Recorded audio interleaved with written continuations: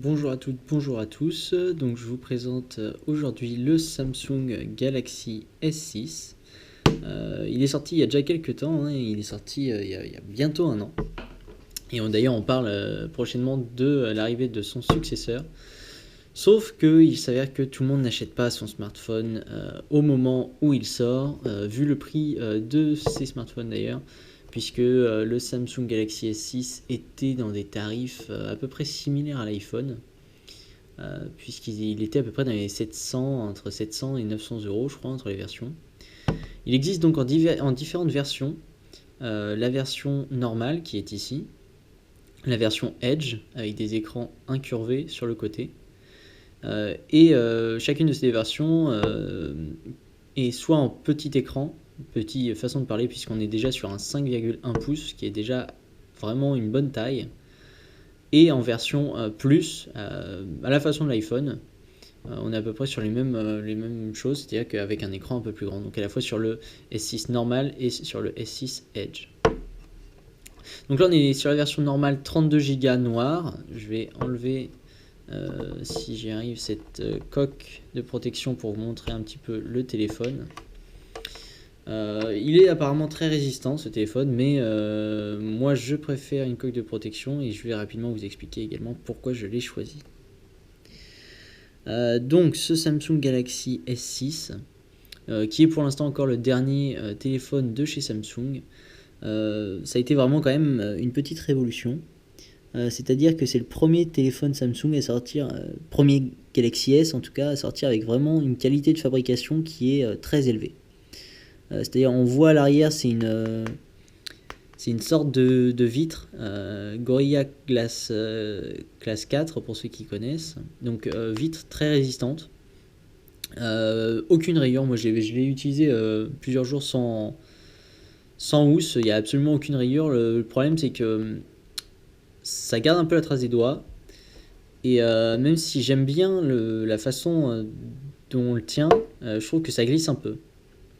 Je trouve que quand je le tenais, etc., ça glissait un peu, et donc le fait d'avoir une housse, je me sens mieux avec. Donc très rapidement, on a sur ce côté donc l'entrée carte SIM, le bouton on-off, sur l'avant un petit micro et une sortie infrarouge pour allumer la télé ou les rétroprojecteurs, etc. Le volume plus et moins. Et en bas, un jack, l'entrée micro USB, un petit micro et la sortie audio. À l'arrière, on va retrouver donc l'appareil photo 16 mégapixels, un flash LED et le cardio-fréquence-mètre qui va servir à prendre sa fréquence. Il y a un peu des trucs sur le stress, etc. La caméra frontale, elle, qu'on voit ici, c'est une 5 mégapixels, assez grand angle d'ailleurs, qui est assez sympa, on va revenir dessus un peu plus tard. Donc vraiment, avec ce côté aluminium sur le côté, c'est vraiment super sympa. Moi, quand je l'ai ouvert, c'est mon premier téléphone un peu haut de gamme, comme ça. J'ai vraiment apprécié. Je vais faire très rapidement. Je vais pas revenir sur les données constructeurs, ça vous pouvez les trouver partout sur internet. Il est livré donc avec un petit set d'écouteurs pour je sais pas exactement si c'est la même taille ou pas que ceux qui sont livrés, faudrait que je regarde ça. Ça c'est les petits papiers que j'ai pas ouverts. Ça c'est pour donc ouvrir l'emplacement pour les cartes nano SIM, donc vraiment les petites. Un petit set d'écouteurs qui est assez sympa, d'ailleurs il faudrait que j'essaye parce qu'il me paraissait un peu petit dans l'oreille ceux qui y sont. Mais ils sont assez sympas, ils sont vraiment pas mal. Niveau qualité, moi ça me plaît bien, ça fait pas non plus trop cheap. Mais je les ai pas trop encore essayés. Et le chargeur, donc il y a marqué Adaptative Fast Charging, puisque ça permet de recharger le téléphone vraiment très rapidement, à peu près 1 heure, 1 heure et demie pour le recharger totalement. Et en une demi-heure, on doit presque avoir la moitié de la charge. Donc on va revenir sur ce téléphone. Donc comme d'habitude chez Samsung, on a sur le bas un bouton physique et 2 boutons tactiles qui s'allument uniquement lorsqu'on appuie dessus. Pour le déverrouiller, donc on peut soit dans les paramètres choisir de l'ouvrir normalement, mais il y a également donc ce bouton et utilise donc l'empreinte digitale de votre doigt pour l'allumer. Et donc ça s'ouvre vraiment voilà, très rapidement. Ça marche vraiment très bien. Il y a quelques fois où ça marche pas nickel. J'arrive pas à savoir si c'est vraiment le doigt qui est mal positionné, etc. Mais franchement, au quotidien, ça marche quand même très bien. Donc là, vous vous rendrez pas vraiment compte de ce que ça rend. Voilà, je vais peut-être essayer de mettre comme ça. Donc, je vais pas vous faire l'affront de vous dire que ça marche très bien. Je veux dire, quand on achète un téléphone à ces prix-là et que c'est les meilleurs de leur catégorie, heureusement que c'est fluide, j'ai envie de dire. Donc on va passer un peu en revue. Donc déjà, vous vous rendrez absolument pas compte de ce que ça rend. Mais l'écran est magnifique. Il a une résolution vraiment incroyable. Vous ne trouverez pas vraiment de meilleur écran sur le marché. Certains pourront dire qu'il y a un peu trop de contraste. Moi, personnellement, j'aime bien. Après, c'est un peu une affaire de goût. Mais au niveau, par contre, qualité et vraiment aperçu, c'est vraiment très élevé. Pour ceux qui ne viennent pas d'Android ou qui disent qu'Android c'est compliqué, je trouve que sur cette version, c'est quand même pas mal fait. Et moi qui n'étais pas sous Android avant ce téléphone, j'ai pas mis longtemps à m'y habituer. Donc, par exemple, ici, on va retrouver ces réglages. On va retrouver ces réglages qu'on peut faire défiler comme ça. Et pour afficher ce qu'on veut, modifier, et voilà, on arrive sur tous les réglages possibles. Et on a juste à les bouger comme ça pour mettre ce qu'on veut. Donc ça déjà c'est paramétrable, voilà, on peut allumer la lampe, etc. Mais c'est paramétrable très facilement. Et ça déjà c'est vraiment, moi c'est ce que j'aime vraiment sur ces téléphones, c'est qu'on peut vraiment en faire ce qu'on veut. Au niveau de la page d'accueil, après c'est pareil, hein, vous pourrez faire à peu près ce que vous voulez. On doit pouvoir laisser appuyer, voilà. Il y a le Flipboard, pour ceux qui connaissent. Qui permet d'avoir les actualités, etc. Qui est assez bien fait. Moi, je l'utilise pas. Donc, pour le supprimer, moi, je l'ai quasiment enlevé direct. Parce que je l'utilise pas, tout simplement. Donc, sur les boutons, donc c'est à droite, c'est bien retour. Home au milieu. Et multitâche ici. Ce qui nous permet de passer en revue tout ce qui marche. Il y a également un multitâche. Donc, quand on arrive là, voilà, quand il y a ce petit logo là, c'est-à-dire qu'on peut, je vais peut-être pas aller sur les messages. Par exemple, je vais le faire avec Gmail. Et on va choisir, allez, ça. Et voilà, donc ça va nous permettre d'utiliser deux applications en même temps. Alors les mails, c'était peut-être pas la meilleure idée. Mais voilà, ça nous permet d'utiliser deux applications en même temps. Voilà, si on veut de réduire celle-ci, c'est vraiment sympa. On peut faire à peu près ce qu'on veut. C'est bien fait, ça marche vraiment nickel. Après, si on veut tout fermer, hop, tout fermer. Ensuite, qu'est-ce qu'on a? Les applications à peu près normales, messages, internet, galerie. L'appareil photo. Donc l'appareil photo, j'ai pas d'icône appareil photo tout simplement parce qu'il suffit de double-cliquer sur le milieu et hop, l'appareil photo s'ouvre. Et là on arrive sur un appareil photo déjà assez complet. Donc avec le mode vidéo. Ça c'est pour changer de caméra. Hop. Ah, il m'embête. Ok, changer de caméra. Donc là on a déjà différents petits réglages. Donc notamment, voilà, ça nous offre en direct les effets, ça c'est déjà assez sympa. Le mode HDR, la minuterie, le flash, les réglages pour aller dans les résolutions toutes les différentes résolutions. Ça c'est pas ce que je voulais faire.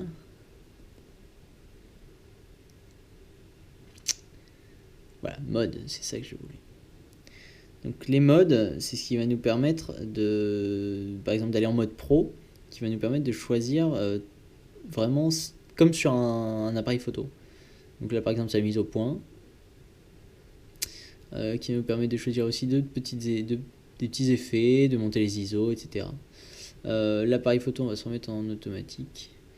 L'appareil photo est vraiment très rapide. Donc on peut soit prendre comme ça, soit appuyer sur le bouton volume. Et le bouton volume, ça prend une photo.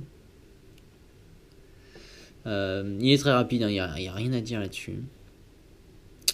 Après, avec quelques modes, focus sélectif, panorama, diffusion en direct sur YouTube, mouvement rapide ou ralenti. Le ralenti, j'ai pas été vraiment séduit.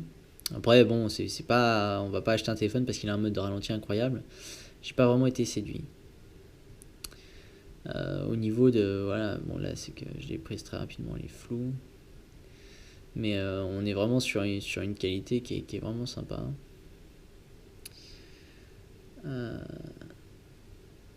L'appareil photo ne vous décevra pas, hein. Il y a vraiment, moi j'ai jamais utilisé un appareil photo aussi sympa que sur celui-là. Calculatrice horloge, S-Health, avec mon superbe accent anglais. C'est une petite application de coach en fait virtuel qui va vous permettre de vous suivre. Par exemple là, on voit que je n'ai marché que 24 minutes aujourd'hui. Avec des petits graphiques, 1 km 90, plus longue activité 6 minutes, 88 calories, voilà, c'est des petites choses. Ça permet de mesurer son pouls, donc je vais essayer de vous le faire. Donc placez votre doigt sur le capteur, donc on le place ici. Et donc là, ça va mesurer mon pouls. Donc si je bouge pas, immobile et calme, je suis toujours calme de toute manière. Voilà. C'est assez rapide tout de même, hein. Donc là, ça me dit que je suis à un pouls de 90 par minute, ce qui est voilà, plus élevé que la plage moyenne.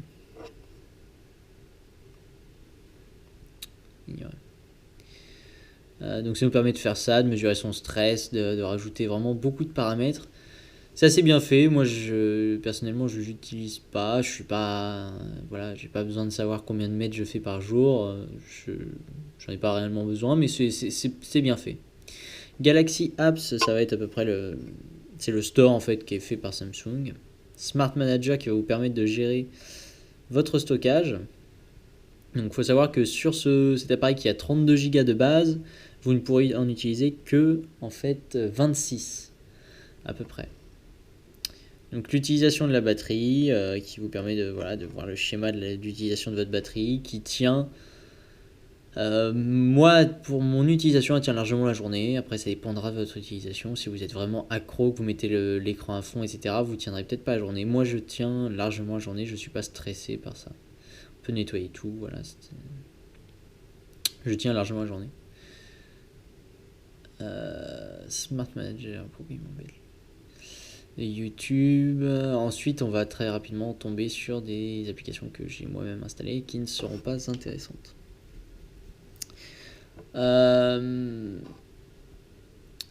C'est à peu près tout sur ce que j'avais à dire sur ce smartphone. Ça reste une très bonne qualité. Alors là, moi j'adore le look. Après, c'est très personnel. Je le trouve vraiment sympa à utiliser. Voilà, avec l'empreinte digitale et tout, c'est les standards maintenant, hein, mais ça marche très bien.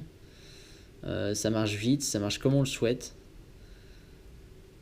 Voilà, par exemple là, ça n'a pas pris l'empreinte digitale.